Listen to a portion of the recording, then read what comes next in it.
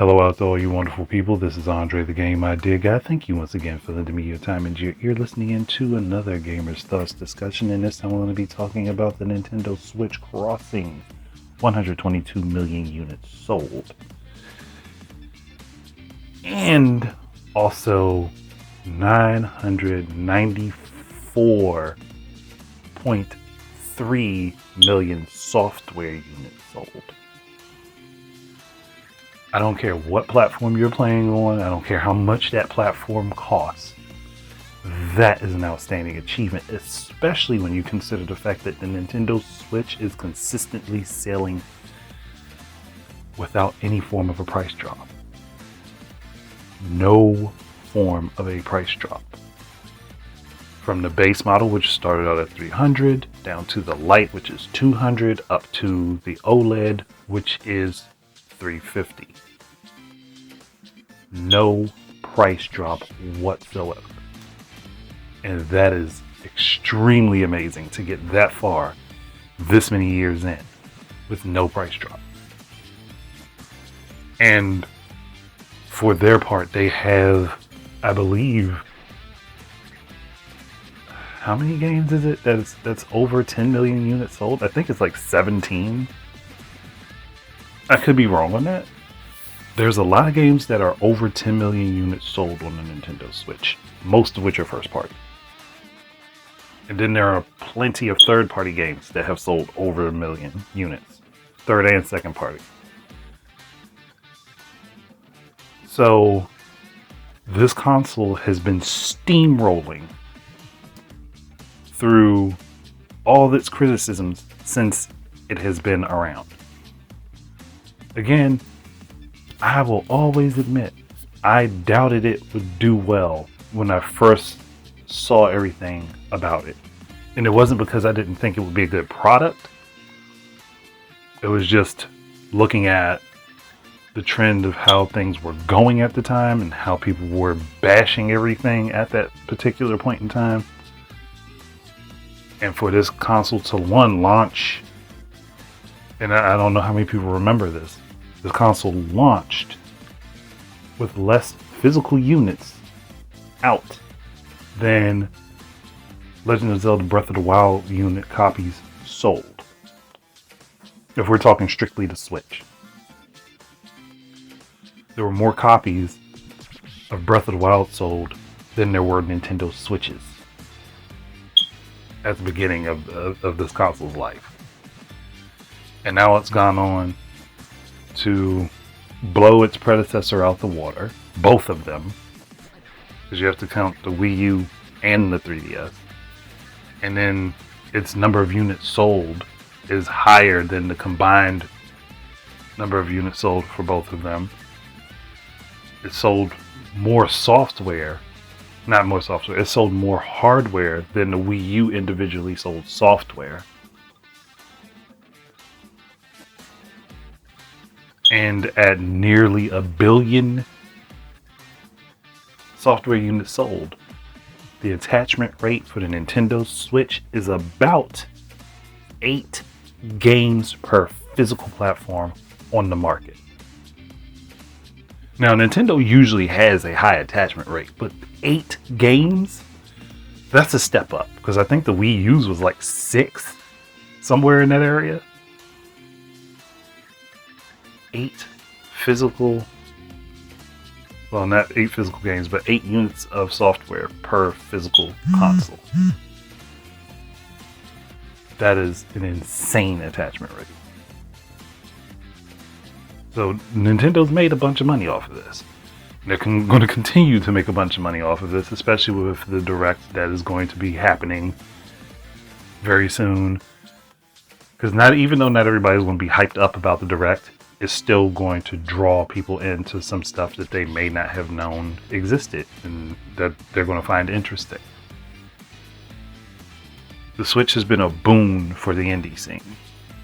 A major boon for the indie scene. I just don't know what to say to people. Like, I understand that there are people that dislike the console for any number of reasons. I even have my own gripes with it. From the quality of the Joy-Cons down to how the system menu works and functions. Everybody has their issues with it, but either way, Nintendo still did an amazing job, and that deserves to be applauded for where they got it. So the Nintendo Switch is currently the third best selling platform in history. There are only 2 more spots to take. 2. And can they do it before this console ends its life cycle? I don't know. But I'm pretty sure they are up there at having the most units of software sold. I could be incorrect on that. Somebody can correct me. I think they are at the most units of software sold. But no matter what, that's still astounding to get that far. Especially back when in 2017, I thought that this console may have capped out at like probably 40 million units. That was my honest thought, that it would cap out at that. It would do better than the Wii U, but not do like what people expect of Sony to do. And it's actually reaching those expectations and exceeding them. It just goes to show not everybody plays their games for the graphics. And if a game is available on the platform, it will likely do well, even with what people consider to be performance issues in comparison to the other platforms out. Because whether the loud minority in gaming understands this, the general public doesn't care. They don't care. They don't treat it the same way that we do. Hell, well, I don't even treat it the same way most of you guys do. They see, oh, this game is on that platform too, and I can take it on the go with me, and if I have a spare moment, I can get back into that world really quickly. Even if it's just for half an hour, I can put it back down and come back to it at another time and still keep it with me. You can do something similar with the Xbox, but it requires an internet connection to do it. Sony at current doesn't have an option for that as far as I can remember. But for Nintendo Switch, it's pick up and go. You pick it up, you go with it, drop it in your dock at home if you feel like it, and play your games there. But you have the chance to make that decision. You can play your game on your TV or plug it into a monitor, or you can pick it up and play it on the go if you feel like, if you have like a base unit or an OLED. The Lite is strictly portable, but that's for people that just wanted a strictly portable console. Or they wanted a second Switch to take on the go with them and leave their other one home. So Nintendo did a great job. They marketed it well. They didn't blow their wad on a huge marketing budget.